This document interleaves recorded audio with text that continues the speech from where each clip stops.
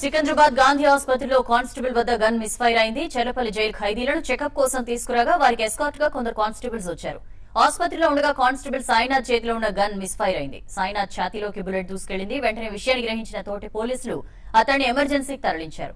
Surgery చేసి bullet ను బయటకు తీసేయాలని పోలీసులు చెబుతున్నారు. ప్రస్తుతం బాధితుడి పరిస్థితి నిలకడగా ఉందంటున్నారు.